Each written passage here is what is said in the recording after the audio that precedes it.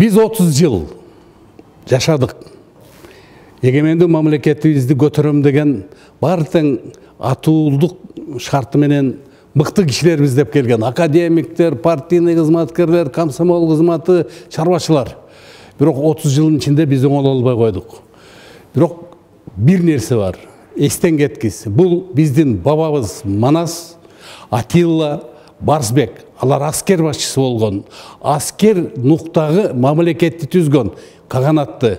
Демек, бүгүнкү күндө кыргыздар эсине келип, бабаларынын арбагын сыйлап, бүгүнкү күндөгү кыйын оорчулукту аскер адам аркылуу чечиш керек. Мына бүгүнкү күндө 2 аскер, 2 офицер өзүнүн кандидатын президенти коюп атат.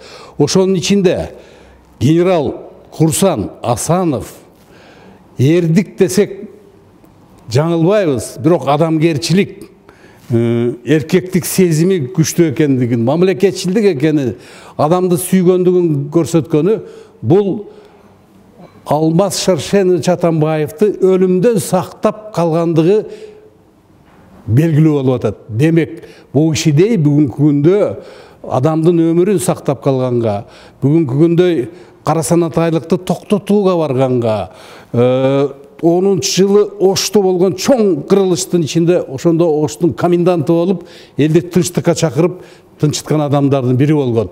Мына муну элин сүйөт деген киши жаныңарда турганы көрүнүп турат. Ошон үчүн добушуңарды